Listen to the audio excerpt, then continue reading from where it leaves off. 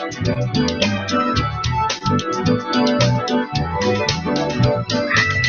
to Joe Jack and Bob and TC on intellectualradio.com. Again, that's intellectualradio.com.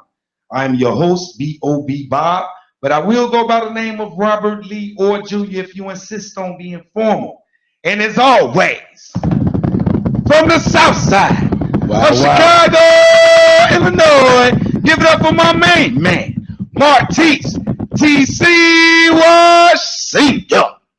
TC, what's up, my man? Man, what up, Bob? Good. How you doing, man? I'm all good. I'm kind of excited for this. Kind of excited, man. Yeah, I'm excited too, man. Happy Black History Month to you, brother. Oh yeah, you too, my man. Baby, we got a little special edition show today. The call-in number is 708-223-8953. I just want to say I actually March 2nd through March 13th.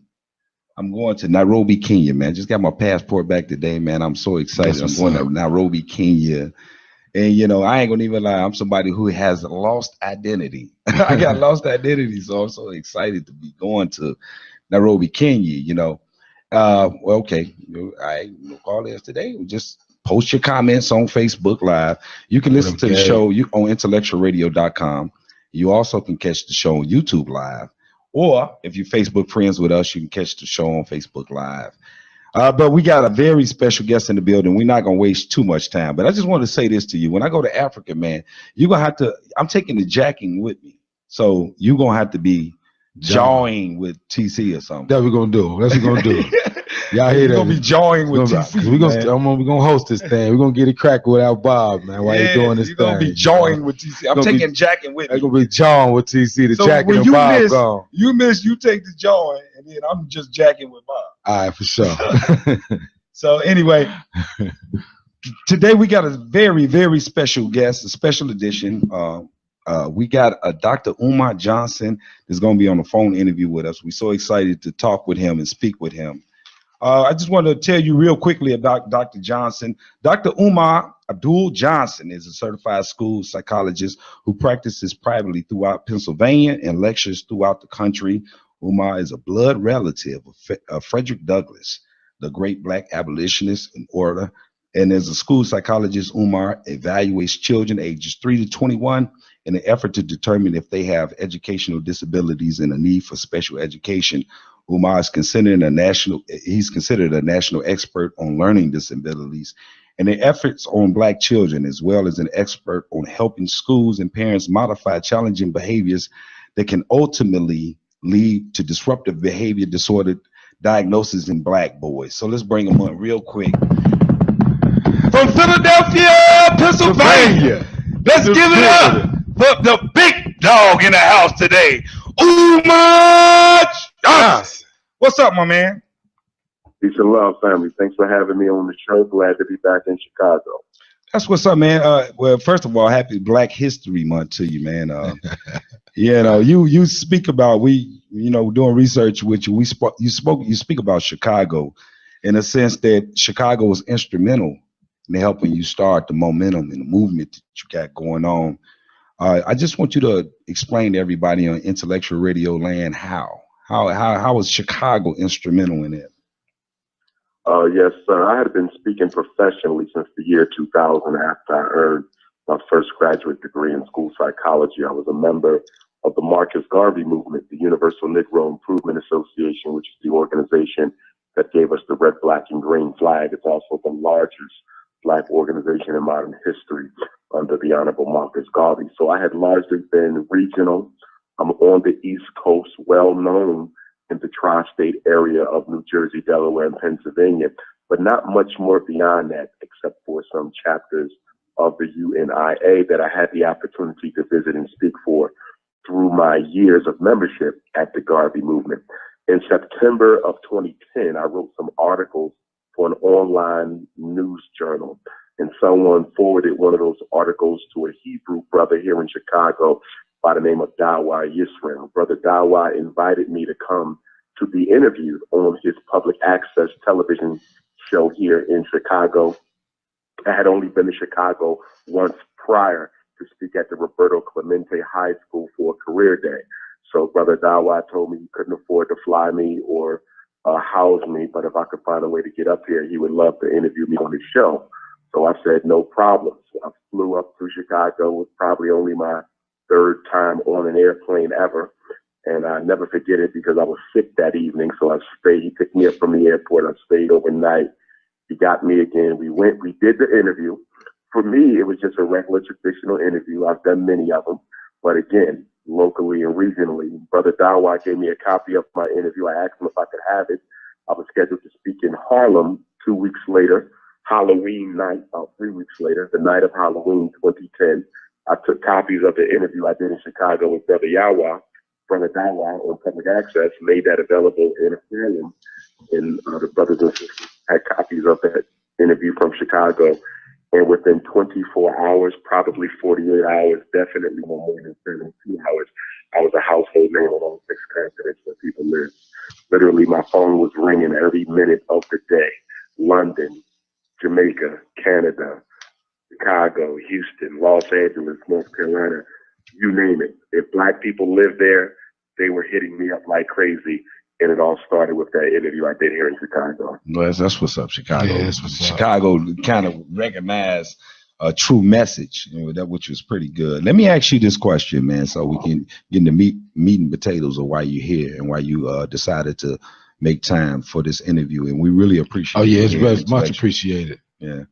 So the question I want to ask you, the current state, the condition, we're talking about Chicago, but Chicago is not even in the top 10 of the most dangerous cities in the United States of America, but most of the top 10, because I don't want to be dismissive of the other cities that is made up of Black Americans. Also, we're talking about East St. Louis and Detroit, Michigan, and Oakland, California. We're talking about a common denominator of cities that have black youth in them.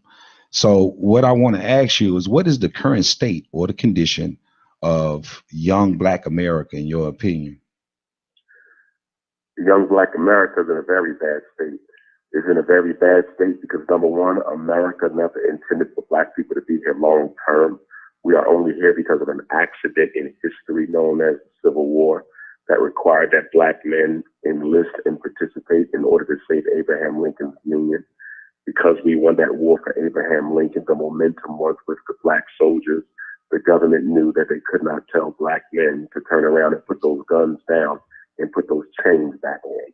Although the Emancipation Proclamation was a wartime strategy, it had nothing to do with Black freedom. Abraham Lincoln knew that it would be impossible to force Black men who had just saved your country, who had just won your war for you because you were losing. And as you know, Abraham Lincoln was extremely reluctant to let Black men in. He did not want Black men in the military because he knew that that would give them leverage in order to demand their freedom. And so basically, because they cannot force us back into slavery without starting another civil war, this time between Black men and Abraham Lincoln's army, they decided on a plan of emancipation. It was an accident. It was not gratuitous. It was not planned. It was simply grew out of the immediacy and the urgency of the moment at that time.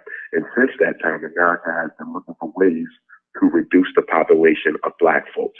And it's very important that we understand that we have had 4 great struggles in our sojourn here in America. Our first struggle was for humanity. Our first 200 years in the United States, or the 13 colonies rather, we had to fight to prove that we were people. A lot of Black people tend to forget this. Before we could fight for freedom, we had to first legitimize our humanity.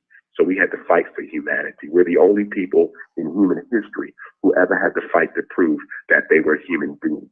Our second fight was for liberty. That was for freedom, the fight to be free from bondage. Our third fight was for equality, which lasted from the end of slavery, 1865, all the way up to roughly the civil rights movement. To the 65, 100 years, 1865 to 1965, when we get the Voting Rights Act. So there was a 100-year struggle for equality. And now we are in our 4th stage, and we're not fighting for humanity, liberty, or equality. We're in the most dangerous era ever for Blacks in America, and that is for survival.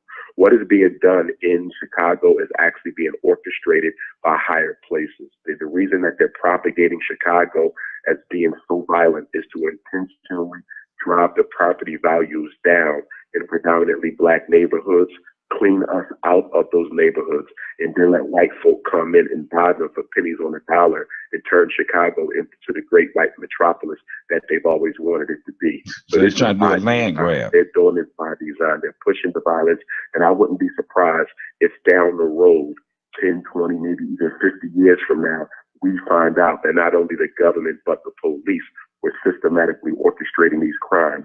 The problem I have with the propaganda of Chicago being so dangerous and so many of these murders taking place is, I spend a lot of time here. There's so many surveillance cameras here. They have them all through our neighborhood at most major intersections.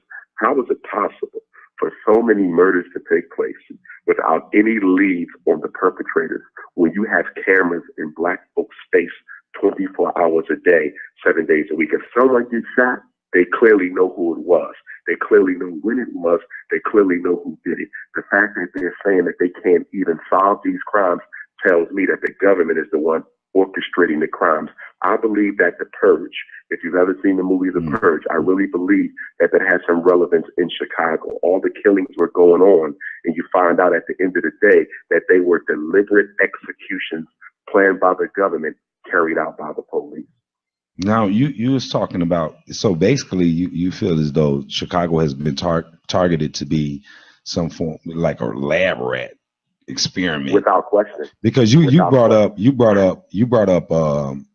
organ donors, like organ search in some of your interviews. I just want you to elaborate on that a little bit. Certainly. In America, you have approximately 5,000 black people who go missing every year, never to be found again. Not murdered, not strangled, not raped, but disappear. How can that number be consistent? There's no way you can have a consistent disappearing number unless you have a consistent plan for that particular number. It doesn't fluctuate. It doesn't go down. It doesn't go up. It stays the same. How is it that 5,000 black folks are consistently missing from America every single year, never to be found again? Because they're being snatched up and used as lab rats in human guinea pigs. I mean, let's think about it. We shouldn't be surprised. Look at our history in America. Black people, ever since America has been America, has been used as human guinea pigs. Most of our major prisons have been used as research laboratories. In fact, Cook County Prison, I promise you, if you do your research on Cook County Jail, you'll find that there's all types of scientific experiments taking place in there. I'm in Philadelphia. Holmesburg Prison was notorious for scientific research on black inmates. You have to think about it. Most black men and women in prison don't have families that care. They don't have people that visit them. So if someone shows up from a scientific research company saying that, listen, we're going to pay you a couple $100, all you have to do is let us test this on your skin. All you have to do is consume this medication. All you have to do is let us do a couple tests on your prostate or on your testicles, and you're thirsty for money when you're in prison, when you're not allowed to even earn minimum wage, you're going to go along with that. One of the biggest reasons for mass incarceration is so that they have a free, exploitable source of cheap scientific research dummies. Now, as far as the organs go, and this has been reported across the world, mind you, even Associated Press has discussed this issue of organ harvesting, how so many black folks who die are found with organs missing. Dick Gregory spoke of how when Trayvon's body was finally found, and one of the reasons why it took so long for his family to even know that he was dead, or for us to even be notified of his death, was they needed time to take his organs. Trayvon was missing organs. There was a brother who was hanged in one of the southern states about a year ago. When they found him, the inside of his body was stuffed with newspaper. What's going on with all these black folks that are missing organs? Listen, we are the original man and the original woman. That means our organs can match any other people because they all come from us. Everyone knows that the black heart is preferable. The black kidney is preferable. We have the strongest organs. We have the best organs. You all know the story of, what's the sister's name? Miss Lax, who they used and took cells from her and are still harvesting and using herself. Black people are original. We are genetically predominant, and our organs are preferred. So how do you get something that cannot be purchased in a store? How do you get something that cannot be manufactured? You have to take living people, kill them, and take their organs. And that's a very big reason for the black-on-black crime rates in not only Chicago, but most major cities in America. Do you really think that they're letting healthy black men, in the prime of their life, 17 to 27, in the prime of their life, with the best organs possible, do you really think they're burying them with their body parts in place? Not at all. They're snatching those organs out, and in many cases, they're being murdered for their organs, because when rich people need organs, and when the families of rich people need organs, they can't afford to wait for you to die. You're 25. You're not dying no time soon. And if you're a perfect match for someone who's worth over $1 billion, guess what? There's going to be an execution, but they're going to cover it up as black-on-black crime. Wow. That's pretty wow. That's pretty deep. So I want you to explain that was pretty deep, man. I want you to explain Pan-African. I want you to explain that, why you call yourself the Prince of Pan-African. Yes, sir. Pan-Africanism is the black man's oldest formal political ideology, and it can be summed up in 4 basic principles. Principle number 1, all African people are members of the same African family.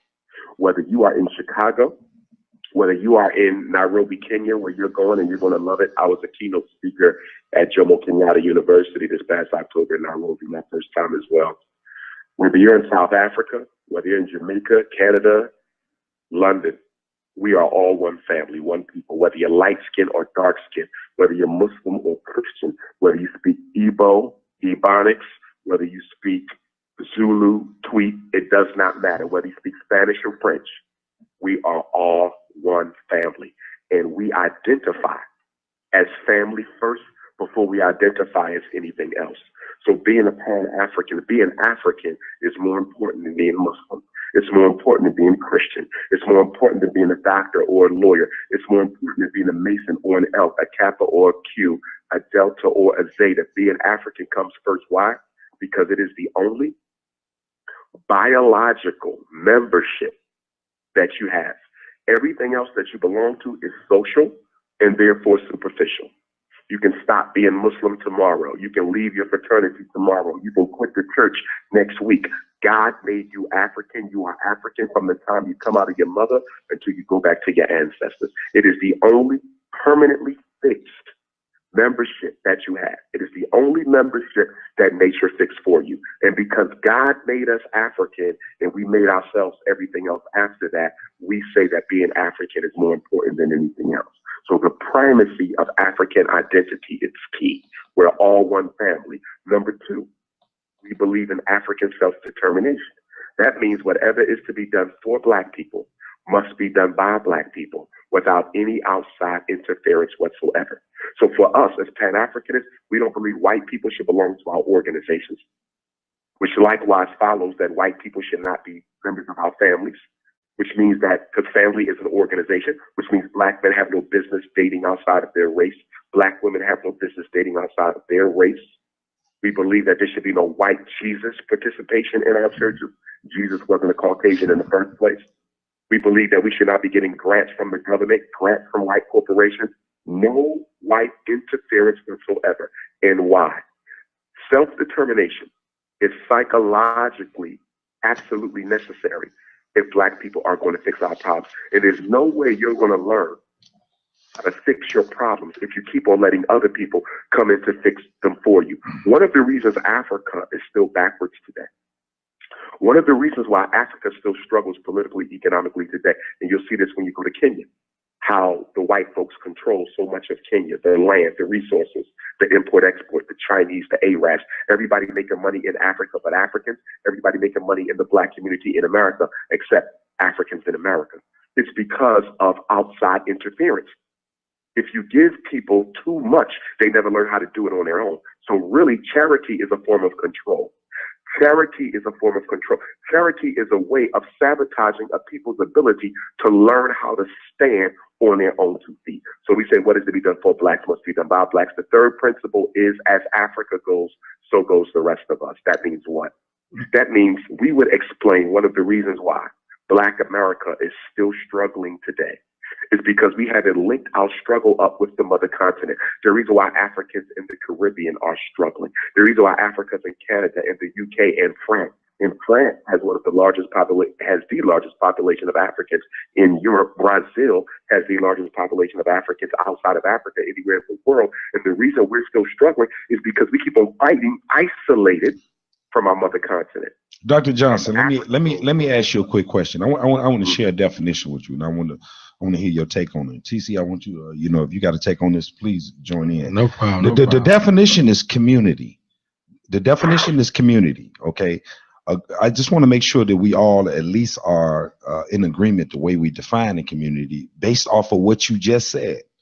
So community, a group of people living in the same place or having a particular characteristic in common. A group of people living together in one place, especially one practice in common ownership.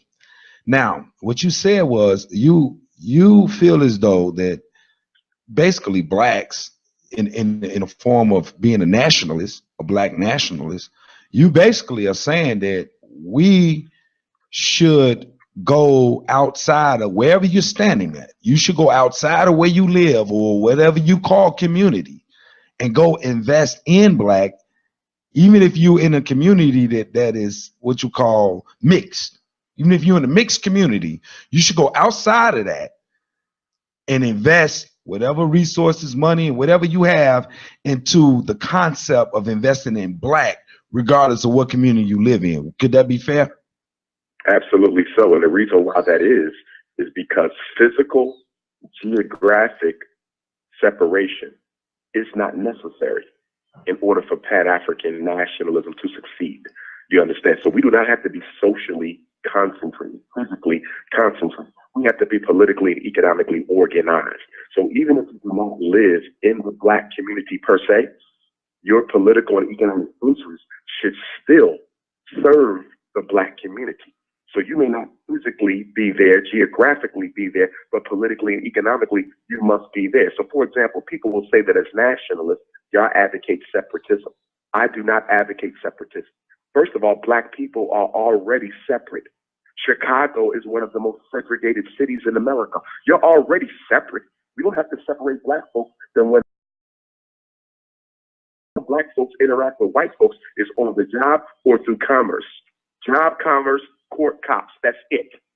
You're only dealing with white folks when you have to. Outside of that, they want nothing to do with you. So you don't have to push segregation. White folks do a good enough job segregating black folks without your help. What we need is concentration of political and economic power. That's what we need, which is what we don't have. You know, my son goes to a mixed school. He's an exceptional student, right? He went to a boarding school, IMSA, Illinois Math and Science Academy, and then now he goes to IIT, Illinois Institute of Technology. And in those two schools in particular, the population of those schools is predominantly Asian, white, and everything else. The black is the minority in that school. So my son, I'm raising him to think balanced, fair, and everything else, to learn other people's ways, learn how to compete. What do I tell him in order for him to stay consistently competing, to stay consistently non-biased, in order to, be a productive citizen in this world? And the way you're describing it, how would I give him the right type of advice in order to be in touch with his blackness, but still be able to compete with where he's standing? Because when I go visit my son in school, I'm talking about all of his friends are white or Asian, all of them. What do I say to him?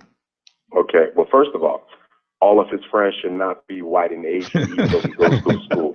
So you need to change up there, okay? Because if you allow that to happen, then he's going to be psychologically alienated from his own people as he grows up, okay? That could also engender a bourgeoisie, elitist mindset in him. So you're going to have to orchestrate and strategize, okay, a black social network for your son outside of school. He's at a school that's predominantly white and Asian. We understand it's a high achieving school. he needs to stay there for that reason. Other than that, I would say he's at the wrong school, because I'm not a big supporter of black kids going to white schools because of the psychological terrorism that takes place. But because it's a high achieving school, it's the best, he needs to stay. And because of that, you have to balance it out. You have to balance it out. When he comes home, he needs to have some black playmates who are of the same ilk as him. They could be high achieving as well, but you have to orchestrate that, because you don't want him to be alienated from his own people, which is what I find a lot as a school psychologist and a former principal. I find that a lot when our black kids go to elite schools and the parents don't do their due diligence to get them black playmates. But the other thing you said is you said you didn't want to raise them with bias. I'm going to have to challenge that. Those Chinese kids in your son's school, they are being raised totally committed to the Chinese ethos. Those white kids, those European Jews in that school, they're being raised totally committed to the best interests of Jewish people. So it does not serve us as a people for your son to have a colorblind orientation when I promise you, every other child in that school does not have a colorblind orientation. And one of the things that we as a people have failed to do collectively, because it can't just be you, it got to be all of us, and that is raise our children with an unequivocal commitment to the progress of black people over and above and beyond the progress of any other group. It must be, as Marcus Garvey said, race first. Deep. Go ahead, TC. Deep. Well, you know, I just wanted to, first of all, thank you again for this interview, because you're like a lot of people listen to you on our little groups out here on Facebook Live, saying what's up. We got Miss Dr. Umar Johnson in the building. I want to take it back to the streets of Chicago, because, you know, that's dead in my heart. That's where we come from, you know.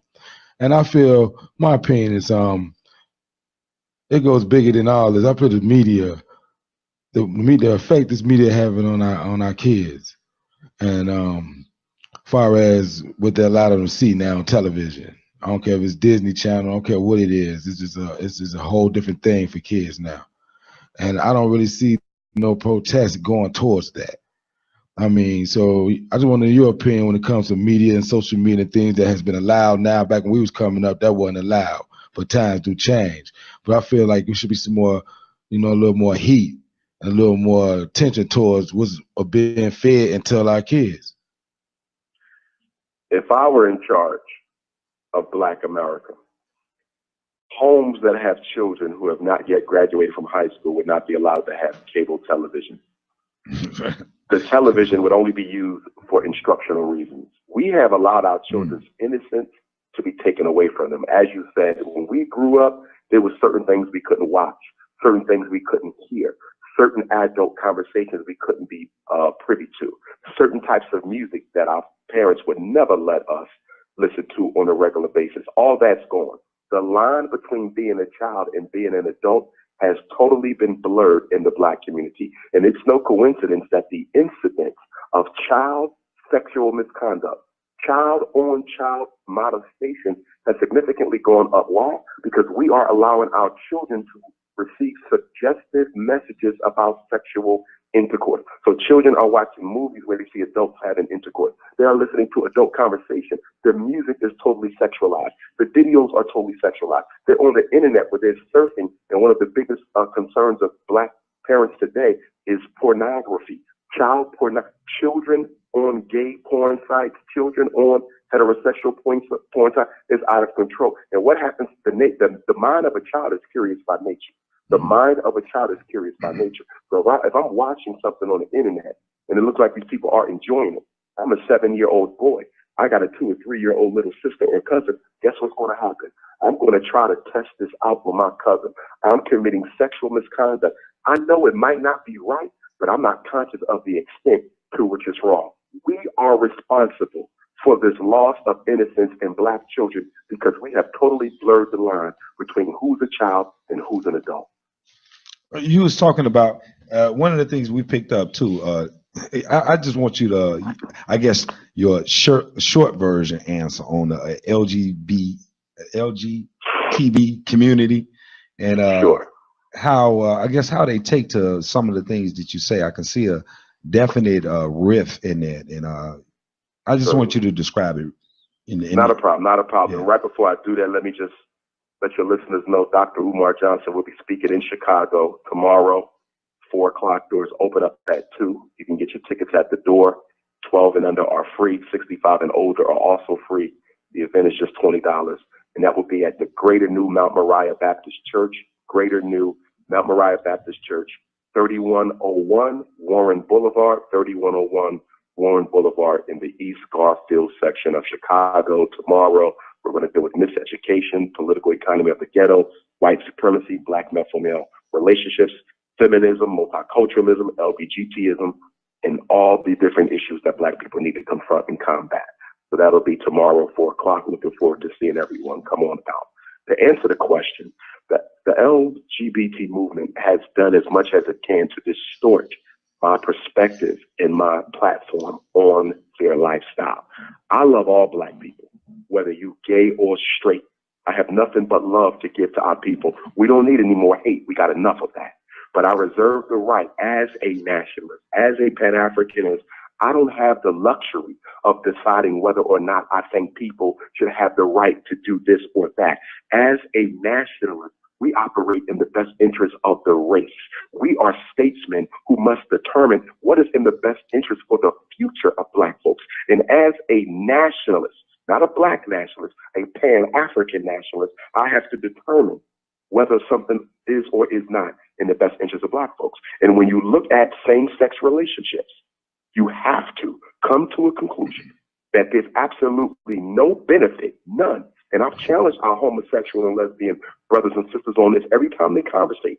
I've been on their radio shows. They stopped me. I had a conversation with a sister the night before last at Oregon State University in Baltimore, one of our HBCUs. The question simply is, what is the long-term benefit of us pushing this and allowing this to exist in our community? Men with men, boys watching men be intimate with each other, women with women, girls watching girls be intimate with each other. The black family is an endangered species. The black family is an endangered species. And if you are pushing and promoting same-sex relationships, then you are eroding the foundation, fabric, maintenance, perpetuation of the black family that you must have if you want to see black people continue to survive. Wow. That's a great answer. That's a great way to break that down. Great way. I definitely want to get into this brilliant idea you have. School, your school, the idea of your school. I want you to talk about the idea of your school. The concept seems to be all boys school. So I want you to tell, why do we need an independent school for young black boys? Just as slavery miseducated black people, we need our own educational institutions to properly educate black folks. And we've been miseducated. Whether we have a doctorate degree, master's degree, bachelor's degree, I had 6 degrees, we've all been miseducated. The one thing black people have never been taught and never will be taught is how to overcome white supremacy and return to our natural leadership position on this planet. No school on earth is going to teach black people that, because all races on earth require dysfunctionality in the black community for their survival. There's Chinese people in China who are buying one-way tickets to Chicago. There's East Indians in India buying one-way tickets to Philadelphia. There's Arabs in the so-called Middle East buying one-way tickets to Detroit, Michigan. One-way ticket, another race, to come into a black community and make millions of dollars on gas stations, department stores, stop and goes, hotels. They are taught how to do what?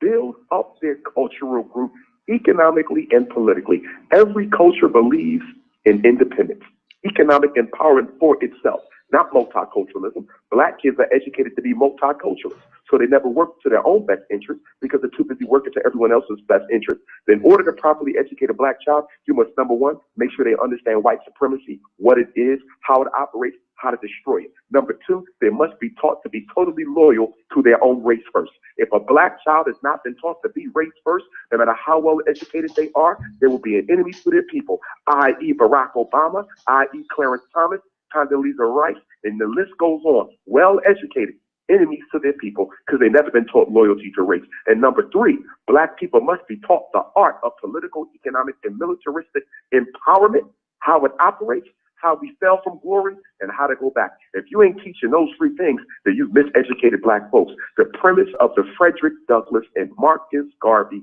RBG, International Leadership Academy for Pan-African Excellence, will be nationhood. How to build nation, how to protect nation, how to expand nation. We will teach political science, military science, economic science, financial science, agricultural science, agronomical science, spiritual science, cosmological science, science of the black man, science of the black woman, dietary science, and nutritional science. Revolution through education. I actually I commend that. I commend the idea of that. You know, I guess isolating the needs of the young black men, because I can identify us as different. I remember being in, I think, fourth grade or something like that, and was taking an Iowa test. I don't know if you remember the concept of the Iowa test, right? Because you got to be with your 40s, right? You got to be in your 40s, right? Yes. Yeah. So the Iowa test, I was taking the Iowa test, and I was on like number 15, and the girl next to me was on like number 30. And I was like, this can't be like that. So I started racing on the Iowa test, you know, A, C, C, A, B, D, D, D, D, D, D, D, A, B, A, B. And I was the first one finished in my class. But I failed that grade. I failed fourth grade. I was the first one finished with the Iowa. I used to sit there a lot of times, and I would be sitting there thinking about different things. And it's like my mind was completely off kilter somewhere else. You know, it was like it wasn't interesting to me for whatever reason or not. And I'm saying that because I want you to go into some of these diagnoses, since that's your area of specialty, clinical psychologist, talking about ADHD. I want you to talk about some of those things. Hold on. I got a response to something the doctor said. Obama. I just heard you said about Obama, and I just want to know, can you elaborate on that for me? Yes, sir. Say that again, my brother. I didn't say that. Okay, as far as your point about Obama and the things that, Barack Obama. Yes. Barack Hussein Obama. Yes. Barack Obama was the most powerful weapon of mass destruction used psychologically against black folks in quite some time. The white man is a militaristic genius. He's a genius. I have to give him credit, because every trap he lays for Negroes, we fall into it. Barack Obama was elected for two reasons, and he succeeded on both fronts. Every president is elected for, or selected rather, for a domestic mandate and an international mandate. Barack Obama's international mandate was to heal the economic relationships that were wounded by former President George W. Bush. He did that. Barack Obama managed to go into Kenya. He managed to go into Nigeria. He managed to go into South Africa. He went all around the African continent and was able to open up the resources of Africa to exploitation of white Western powers. He put Africa back 100 years. He built AFRICOM on the continent, so you have U.S. military presence everywhere in Africa where you have a significant amount of natural resources that need to be exploited. So he dominated Africa without people even realizing what he did. Domestically, Obama's agenda was to homosexualize the black community in 8 years. Do you realize that before Obama became elected, now we always had homosexuals in the black American community. It was introduced through slavery, to the slave masters. We've always had it, but there was an etiquette to homosexuality. If your uncle was gay, if your cousin was gay, they knew that you ain't going to engage in any type of intimacy around the children. Okay? Most of the time, you couldn't even bring your partner with you to dinner, and if they did, they better act like they're your friend. We know what you do, but there's a public etiquette to that behavior. Obama destroyed that. Obama took homosexuality, put it on steroids. And why did they use him to do that? What was the purpose of that? To push population control in the black community. Homosexuality is one of the greatest weapons of population control. Why? Because it prevents the semen of the male from ever fertilizing the egg of the woman. See, abortion is reactionary because you're killing a fetus that was already created. Black on black crime is reactionary. Police genocide is reactionary. Mass incarceration. These are all population control strategies, but they are reactionary. Homosexuality is a brilliant population control strategy because behind the disguise of family rights, behind the disguise of sexual freedom, you can reduce the numbers of black folk with their own support by claiming you're fighting for the equality of LGBT, when in all actuality, you're only fighting to erase black folks off the face of the planet. So Obama homosexualized black America in 8 years. And the other thing quickly was that he kept us distracted so long through Al Sharpton and others, telling us we got to defend the black president. We got to defend the black president. White folks is attacking the black. We got to defend the black president. And while we're so hypnotized by defending the black president, Obama allowed homosexuals, lesbians, white women, and immigrants to take all the civil rights that our ancestors fought for the last 100 years and give them to gays, women, and illegal immigrants. So by the time Obama leaves office, black people are set back to the 1960s. When Obama became president, we were the priority minority. We were the priority minority for 44 consecutive presidents. Guess what? Under President George W. Bush, 45, this is the first time in American history, the first time that black people are no longer the priority minority. Homosexuals are more important than you. Immigrants are more important than you. Mexicans are more important than you. Gays are more important than you. And it's all your fault because you let a Negro brainwash you into accepting second place citizenship amongst a second place minority movement. How is it President Obama's fault though that America has lost their morals, period? America don't have morals. So how is it President America Obama never had morals? It never had morals. Okay, let's talk about that. America never had morals.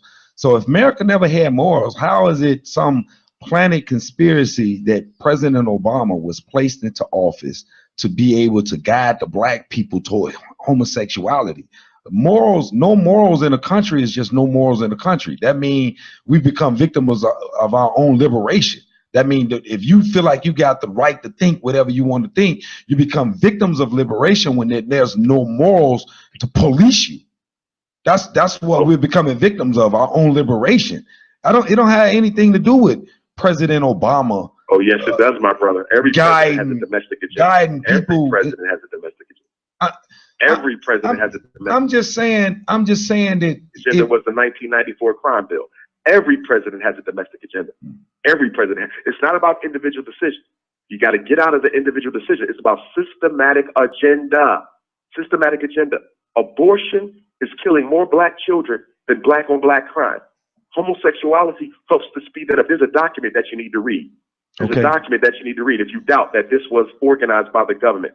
In 1974, please read this, and you can download it offline. 1974, Secretary of State Henry Kissinger, his National Security Memorandum 200. Please read it. The whole memorandum was about what, gentlemen?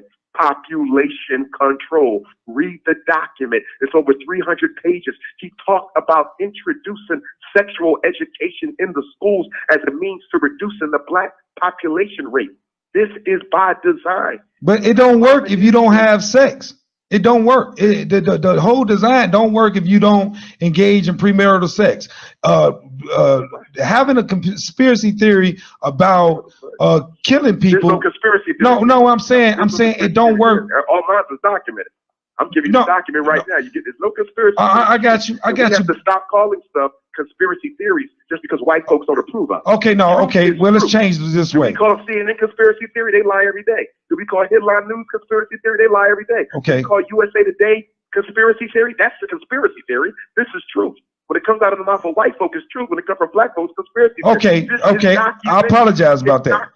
Let's back that up. I apologize. I don't want to call it conspiracy theory. Let's back that up. Let's say we are speaking in a way that we are blind sheep. Like anything that is coming up, it's not illegal. If I don't do anything illegal, I can't go to jail for not doing anything illegal if I don't do nothing illegal. Now you're not dealing with systematic. Let's take that. Let's see. You're dealing with it from the individual, not the systematic. Policy is not set for individuals. Policy is set for groups. Let me give you an example. Okay. Up until 1940, Irish, Italians, and Jews, right here in Chicago, and all across America, but especially here, they were not considered white folks because they were mixed with black DNA. Southern Europeans were not considered white folks. In 1940, the United States government made them white. Until 1940, what were they doing? They were breaking the law, stealing, killing, gang banging, guns, drug running, booze, alcohol, everything under the sun. They engaged in it, rackets, etc. They was in the streets getting drunk. They was killing each other. They was doing exactly the same thing we do. You know why? Because they were cut out of the American apple pie. They were not allowed to realize this slice of the American dream. In the 1940s, America decided to upgrade them to being white. Guess what they did? They gave the Irish the inner city police departments in the black community. They gave the Italians the inner city fire departments in the black community. And they gave the European Jews the downtown municipal government civil service jobs that they still dominate in 85% of black community governments today. So all we did was go into the criminal enterprise that white folks formerly operated. You were never given the opportunities that they were given. This is systemic. You lock a black man up, you give him a felony, he gets out of jail. He has an 85% chance of going back to jail within a year. Does he want to go back to jail? I was on the phone yesterday, my brother, driving from my home to the Philadelphia airport. I picked up the phone. I was talking to a brother. He cried on the phone yesterday, y'all. He cried because he said, Doc, I don't want to go back to jail. I done filled out 50 applications. Nobody will hire me. I don't want to break the law. I'm not going to break the law. I need to meet with you just so you can keep my spirit strong. I watch your videos just to stay positive. He cried, y'all, because he wants a chance and America won't give him one. This ain't about no morals. This ain't about no bad decisions. This is about a policy that takes groups and systematically, politically, and economically disenfranchises them. Cannot help us if you try to trace all the problems in the black community to a moral issue. This is about political economic power. Put the morals to the side. So we trying to make it sound like we have no individual control of our behavior. You have listen, because of the system. On the individual level, my brother. Okay. Let's go here. European Jews ain't doing individualism. They doing proof. Here's the question. See, here's the thing. We'll talk about individual responsibility. But we don't say nothing about the black politicians. We don't say nothing about the black church that take millions of dollars every year. Why ain't the black church making jobs for black men so they have to go back to jail? Take me, for example. I've never been to jail. I have 6 degrees. I've never been to jail. I'm a doctor of clinical psychology. I graduated from a very prestigious school. Okay. But guess what? Let me go out here today. A white man tries to hurt me. I take that white man's life in self-defense. Because he was white and he benefits from white privilege, he could have been a dead broke poor white man. But he's going to benefit from white privilege because he's white. I got 6 degrees, and guess what? I'm going to suffer from racism because I'm black. I'm going to be put in jail 20 plus years. When I come out, I'll never be allowed to be an educator, a principal, a psychologist ever again. And guess what I would have to do? Something I never even thought of doing. I would have to contemplate breaking the law because I got 2 daughters who got to eat. This ain't about no damn morals. It's about giving certain people opportunity and systematically denying that same opportunity in others. The greatest trick racism ever pulled was convince black people that it don't exist. Okay, what's your take on Trump and his inauguration? His take on immigration plan. First of all, that immigrant argument. Yeah. A black person is a damn fool if they running out there supporting those immigrants. Do you realize immigrants have never been your friend? They've never been your friend. When slavery ended, America imported 2 million Irish East Indians to America to work on the railroads. Why are you bringing in Irish and East Indians to work on American railroads and Chinese when you got 2 million ex-slaves who can't find work? You know why they did it? Because they decided that the only way to get rid of black folks is to make sure we keep them unemployed. We can't empower and exterminate at the same time. They brought people in and gave them jobs to prevent you from getting a job. Immigrants don't come to America to help blacks or work with blacks. They come here to help further disenfranchise you and take your place. The Mexicans are your replacement groups. The Mexicans are your replacement groups. That's why they build in prisons, because they can give all the low-paying jobs to the Mexicans. And you got black folks out here talking about, we got to stand with the immigrants. Them Arabs ain't coming here to help you. They up in Michigan now, Detroit now, exploiting black folks, shooting black folks, selling the dope and the guns all throughout the state of Michigan. Ain't no Latinos here for you. Ain't no East Indians here for you. They racist. I just had to report an East Indian to a hotel chain in Richmond last week because I called the hotel. I spoke in Richmond last week, and I called and I said, do you have any hotel rooms? And they said, yes, we got a couple, $139 a night. No problem. I get to the hotel. The East Indian sees me. Guess what he says? We sold out. I said, I just spoke to your receptionist who's standing right there 2 minutes ago. She said, y'all had several rooms. How y'all sold out? That damn racist East Indian didn't want me in his hotel, so I reported his ass. Make sure we report those incidents of racism. And I told the hotel chain, if that shit ever happen again, you better know who you talking to. Look my name up. I promise you, you won't get another black dollar. Jumped on their asses and said, I better never do that again. They don't like us. So why are we fighting for immigrants who don't fight for black folks? Do you realize that most Africans in Africa will never get a chance to visit America? I got friends in Africa who've been trying to get a visa to come see me for a couple of days and won't even get it because America has a 0% policy on let black folks come to America. You only come if you got a student visa, a work visa or a house Negro visa. Same thing from the Caribbean. You can't even get in America from the Caribbean. It's almost difficult to get here from different islands. We've been had an immigrant problem. Africans been had an immigrant problem. Ain't nobody fight for us. So we supposed to turn around and fight the Arabs and East Indians and Chinese? I don't think so. I'm for black people, and I'm only for black people. I gotta give him credit on that. I gotta tell you something. I feel 100% like you feel on that. 100%. That's all I have to say. Well, let me ask you this question. Fighting for them to come here and take our jobs. We fighting for the immigrants to come here and take our jobs, take our benefits. They don't come to share. Everyone comes to America to build a cultural empire. Everybody wants power. Black people just want participation. Hey, Dr. Johnson, I want to ask you this question because there was another video I saw. I saw this video and it really it did something to me. It disturbed me a little bit based off of everything that you're doing, everything that you're standing for, everything that you're standing firm about. It bothered me when you had this Philadelphia skull cap on, right? That's funny. You will bring that up. Hey, I gotta bring it up. We keep it real on Job Jacket. We keep it real on Job Jacket. Because this is what I do. You got to understand this part of me. This part of me, I have a Basketball and Beyond program on Tuesday nights that I talk to young black men on every Tuesday. Okay. And when I saw this video with that skull, that Philadelphia skull cap on, with this disagreement that you had with, I think his name was Seti from Detroit. And y'all had this thing going on. And you called yourself the King Kong of consciousness when it comes to the black movement. That rubbed me the wrong way. And I must admit that. You are a brilliant man, brilliant ideas. But to say that you, based on everything you're preaching right now, to say that your alpha is the King Kong of consciousness, it really wipes out other alphas in the room. And that's what I saw. I saw two alphas. I didn't see you as the dominant alpha. I saw two alphas. And I was wondering, where's the humility that could be effective? Because we sit up here preaching to our kids in a certain way to be a certain way, but then we don't seem like we have complete control over our alpha outbreaks. I just want you to respond to that for me, please. Certainly. I'll respond to it. Great question. I've been serving black folks my entire life.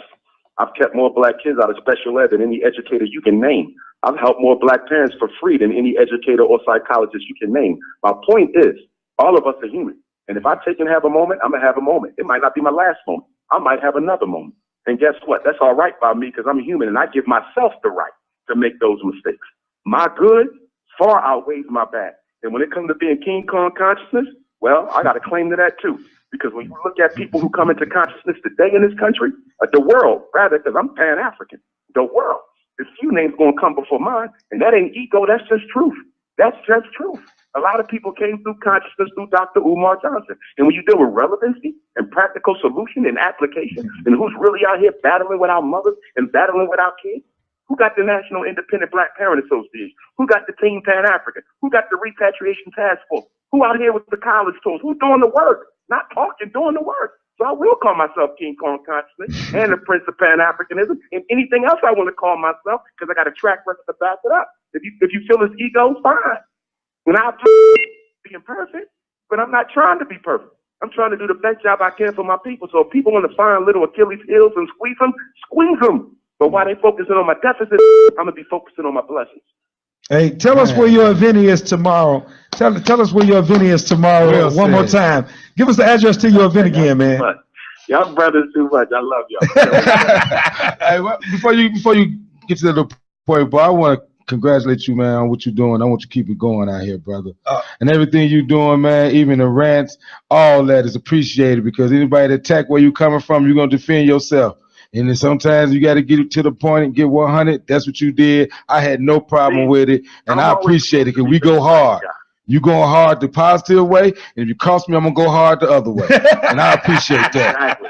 See, fellas, y'all got to realize I rarely have the moment. I don't have so many phone. Hey man, you always gonna have a moment on Jaw Jacket, man. You gotta do what we did today, man. You gotta understand that this is where this atmosphere is. This is where that platform is. You can tell Bob, man, I don't agree with you, Negro. You can tell, you know what I'm saying? This is where it's at. So when you in Chicago, make sure you look us up at Intellectual Radio and know you got a spot to vent and you know, tell us our perspectives be coonish, whatever. But you got a spot here. Tell us about your event again tomorrow. Good conversation. No, very good conversation. And again tomorrow, and also, fellas, if you ever want to bring me back on the show, y'all doing a special, you know, conversation on the topic, y'all want me to chime in, y'all can always. Man, we want you in the studio, man. We ain't nobody got time to keep on talking to you over the phone, man. And I can't even see your 6'3", 300 pounds. Cause see, I'm 5'10", 200. You know what I mean? But I think I'm 7 feet. So man, nobody got time to keep on talking to you. We want to see you in studio. Yes, we do. No doubt. We're gonna make that happen. We definitely gonna make that happen. Also tomorrow, if y'all decide to come through there, text me on my cell, fellas, so I can put your name on the guest list. Y'all won't have to pay to get in there. Just text me your name if you're coming through, first and last. But tomorrow, we're going to be at the new Greater Mount Moriah Baptist Church. Dr. Umar Johnson will be speaking. We got a couple opening acts, some spoken word. We got some vendors, too. Come on out, support Black business. Get your shea butter, your incense, your African clothing, your books, etc. I will be there with my Nat Turner hoodies and also the Book of the Century, Psychoacademic Holocaust, the Special Education, the ADHD Wars Against Black Boys. And that's tomorrow, 3101 West Warren Boulevard, 3101 West Warren Boulevard in the East Garfield section of Chicago. Doors open up at 2. Dr. Umar speak at 4. You can get tickets at the door or online at Prince of Pan-Africanism. How much are the tickets? 12 and under free, 65 and older free. Can't wait to see everybody tomorrow. How much are the tickets? $20. $20. All right. Yeah, y'all want you hold on. We finna end the show, but you stay online so we gotta get that information from you and pass information. Yes, sir. But let them know 12 and under.